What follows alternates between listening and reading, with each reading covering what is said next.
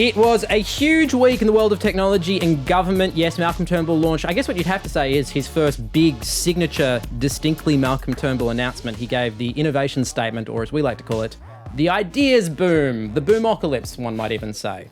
We are here to debate what was the biggest announcement of the week with the political editor of BuzzFeed Australia, Mark DiStefano. Welcome back. Thank you, Mark. And from the technology website CNET, Claire Riley. Welcome back. Thank you. The most important, we're talking, $1 billion. What was the most important announcement? For me, it's actually the CSIRO, that the money's going back to the scientists. I think that it was a real disappointment earlier this year that Tony Abbott decided with his sort of, non-existent science portfolio to essentially cut so much money from some of Australia's highest tech scientists. We had, people who were winning Nobel Prizes who had to go overseas to get new jobs. And I think that so much of the headline of this is going to be about startups. That is where the buzzwords and the buzz around the announcement is. But I think it's a really great thing that they've actually injected a lot of the hundreds of millions of dollars that were cut over the long term back into the CSIRO budget, which if you speak to any person who has anything to do with science, the one thing that they need going forward is certainty and funding certainty.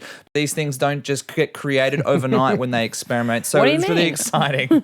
You mean they just don't think it up and it happens like that? The thing is, it's only 4 years of certainty. I mean, there's some longer term... It's politics. There's only 4 years of certainty. Yeah, exactly. That's so true. 4 more years and then nothing. We've got some funding for different projects and things extending out to 10 years, but it is awesome that's going back to CSIRO. But it's 200 million that's going to the CSIRO. Interestingly, I think it was and this is a very sort of liberal, market-friendly way to fund science. It was hundreds of millions of dollars to essentially encourage the CSIRO into commercial partnerships with others. It's 70 million of Commonwealth funding, and then they're encouraging private business to get involved. And then it's also, essentially the CSIRO invented Wi-Fi, so they just get a whole bunch of cash, kind of like royalties on a Bruce Springsteen album. Not at all like that, really. I was waiting to see how you kind of explain even it. A bit like that. But yeah, so it's kind of, that's the whole message throughout the whole agenda, the science and innovation agenda is kind of partnering commercial with research sectors to get businesses to fund science. The other messaging part of this, which is interesting, is that Christopher Pyne is the minister for this, and you've got Malcolm Turnbull, and they're talking about replacing the mining boom with the ideas boom, and you can sort of understand that. We're getting to the end of our resources. We need to actually invest in something new, and I get that. But one of the things about the mining boom, it hired thousands and thousands and thousands of Australians, and it kept heaps of people in work. I will say one thing about the startup sector in Australia: it is small, and it deliberately does not hire people. They try to make sure that these startups have small amounts of employees so they can grow to larger and larger, and they get bigger caps, and they outsource a lot of their services as well. So not many people are going to be hired off the back of this $1 billion. This is very much about making a whole lot of money for a small amount of people, but also providing enough support to actually grow a sector that at the moment is very, very tiny and is not going to get big in the next decade.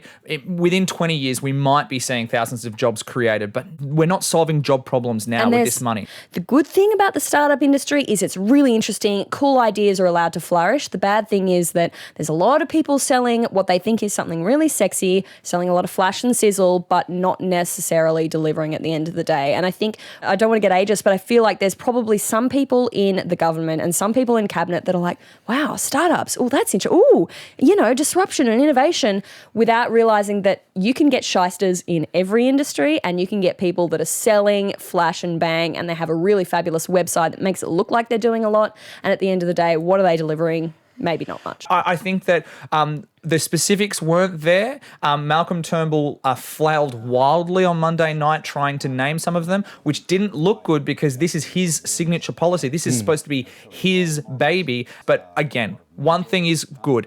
It is moving us forward in tech. It is moving us forward and getting us back to where we were.